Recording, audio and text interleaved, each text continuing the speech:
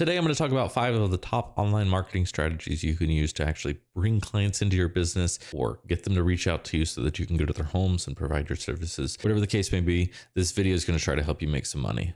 Now, first up, a website.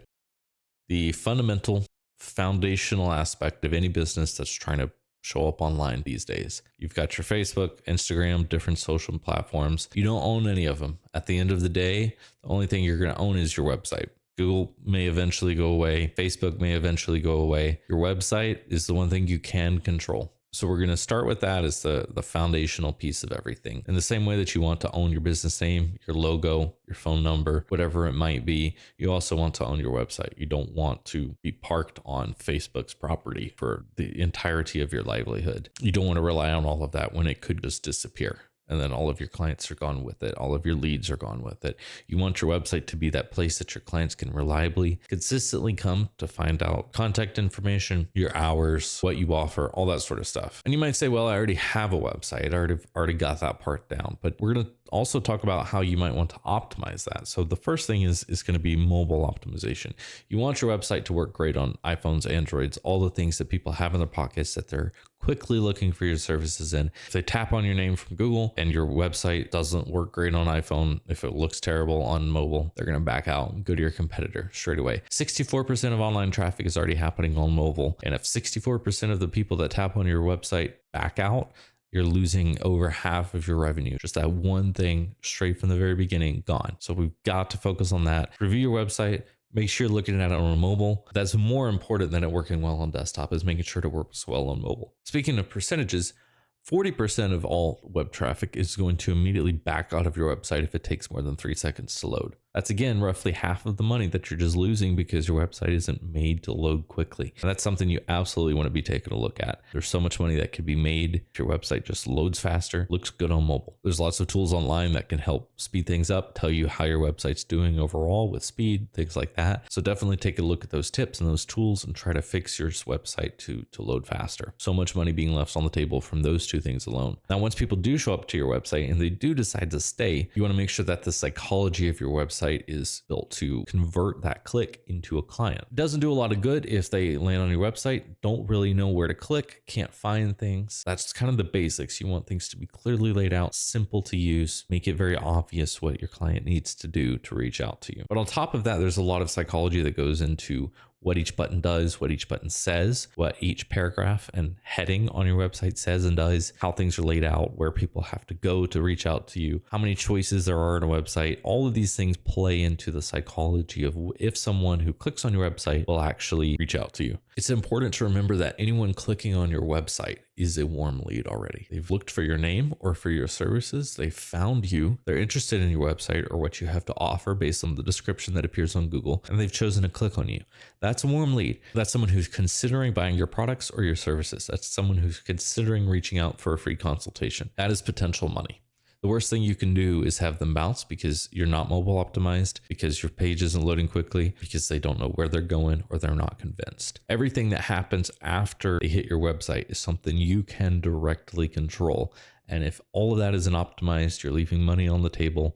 It's disappearing into the void. It's going to someone else, guy down the street, the other lawn care business, whatever it is. You want to be making sure you're catching as many of these leads as you can. Now, backing out a little bit, we're looking at SEO. Now, SEO stands for search engine optimization. And at the end of the day, you're pretty much trying to appear higher on Google. You're trying to get those people to see you when they type in your services. If they're looking for septic tank pumping or roof repair or window replacement or whatever it is, you want to make sure that you're appearing on those searches. And that all has to do with SEO. You also want to make sure that the guy from Connecticut who's searching for floor coverings isn't finding your business that's operating in the middle of Texas. If you're operating in an area, you pretty much want the traffic to be people who are in that area, and Google can handle all that for you. You just have to make sure that your website is letting Google know where you are, what your service areas are, and how far you're willing to travel to go to your clients' homes or whatever it might be. So the first part of building up good SEO is starting with keyword research.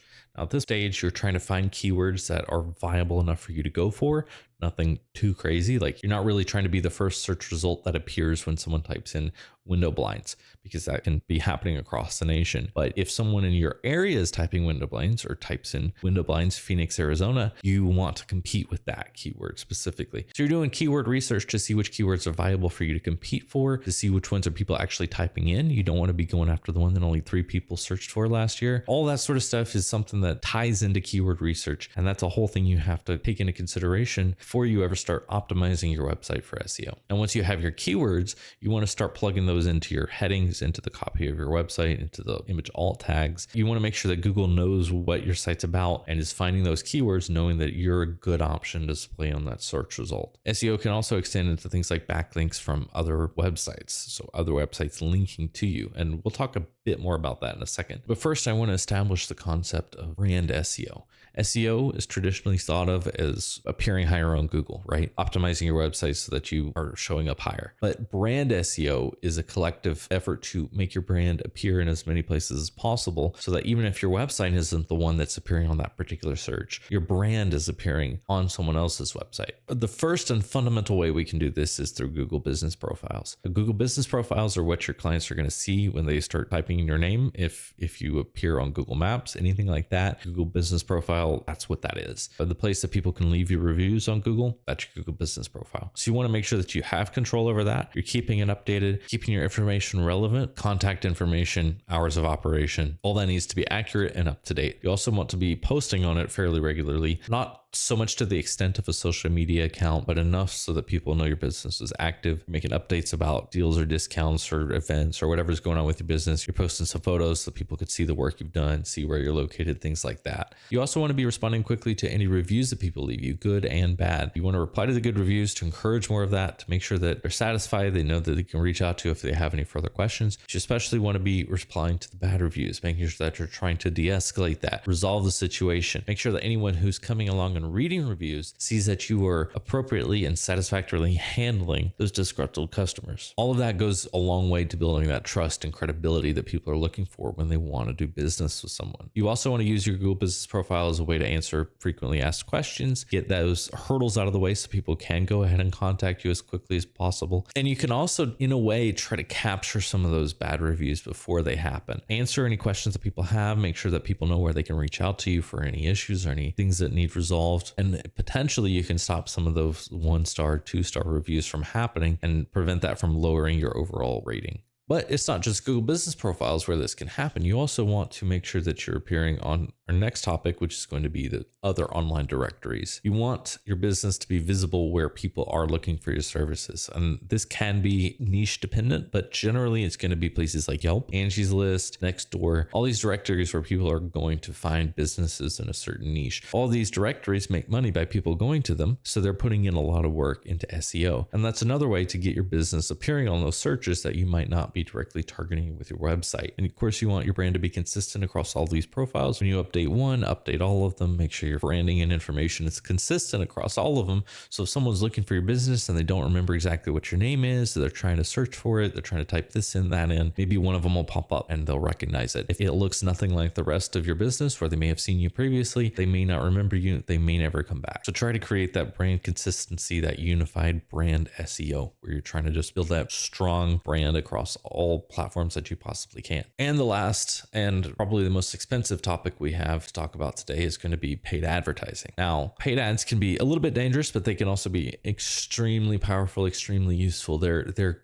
more of an instantaneous feedback than SEO is. SEO, like I've talked about, can take a long time. It can take weeks or months to really start propagating to Google. Ads can be running today. They can be running tomorrow. It just really depends on if you're willing to spend that advertising revenue. And while ads can be expensive, there's absolutely a reason that so many brands use them, because you're essentially trying to optimize the ads so that your return is, of course, greater than your ad spend. And that is a long and continuous process. You want to be tweaking these ad campaigns constantly so that they're targeted targeting the right people who are interested in your services. People, when they see it, they're going to click. And when they click, they're going to buy. You want the whole process, the whole click funnel from them clicking to them landing on a specific page on your website that's especially designed to handle that click and convert that click into a customer. All that whole process to be extremely streamlined and to be extremely optimized. Otherwise, you're just essentially burning money that you don't need to. And while you might be making a profit on it, it may not be the most profit you can make. So that's an ongoing process as well, kind of alongside SEO, but much more immediate results. And of course, costing much more immediate dollars. There's really three main types of ads that I like to pay attention to. First off is Google local service ads. This is specifically for the niches of businesses who are targeting customers in the local area and providing a service. And essentially what these ads do is they let you appear on top of Google when someone searches for your service in your area of operation. And then they have a direct call button right there in the Google search. So someone's looking for you, you can pay Google to throw your name up the top and have a button where people can call you straight away. That's a very powerful way of advertising for a very specific group of people. And it can really make you a lot of money. It's just these ads are often expensive, $70 to $100 per click. So in that case, you want to make sure that whoever answers the phone is really good at their job and converting that call into a customer, converting that call into cash, because you are paying for that. And of course, you can charge an extra $100 to the client if you need to, whatever it might be, to facilitate that ad spend. But at the end of the day, that can be a very powerful tool for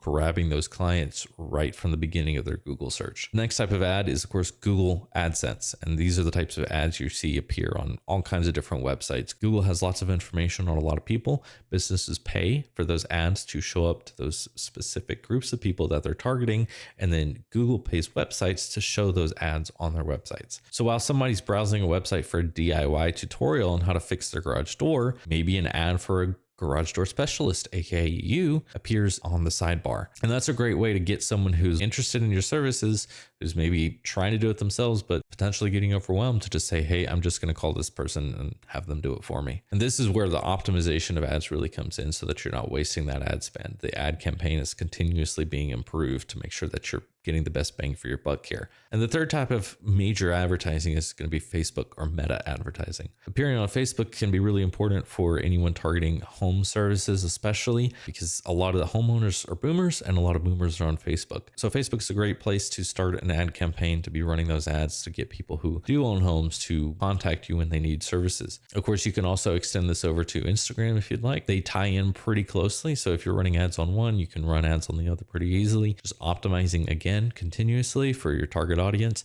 making sure that you're getting the best return on your money. And really, all of these ad campaigns are made to work as a long-term strategy. You want the SEO and everything on your website to be kind of dovetailing with your advertising. So you're, again, doing this whole brand SEO, this brand marketing, overall, this machine of marketing that has you appearing everywhere. So someone sees you in an ad one day, maybe they don't click on it, but a few weeks later, they need a service, they start searching, they remember your name, remember your brand, and click on your website in Google. And that might actually be a free lead generated by an ad that you didn't actually have to pay for because they never clicked on it. They just saw your brand and remembered it later on and went with you. So just to kind of recap, that's 5 of the top marketing strategies that you can use to find local customers for your home services business. Build a great website, make sure it's optimized for mobile, speed, and built to convert. Make sure that your SEO is really strong. Make sure that you're trying to appear as high as possible on Google. Build that brand SEO so that your Google business profile, your Yelp, your NextDoor, your Angie's List, make sure all these profiles are working together just so your brand shows up first. And again,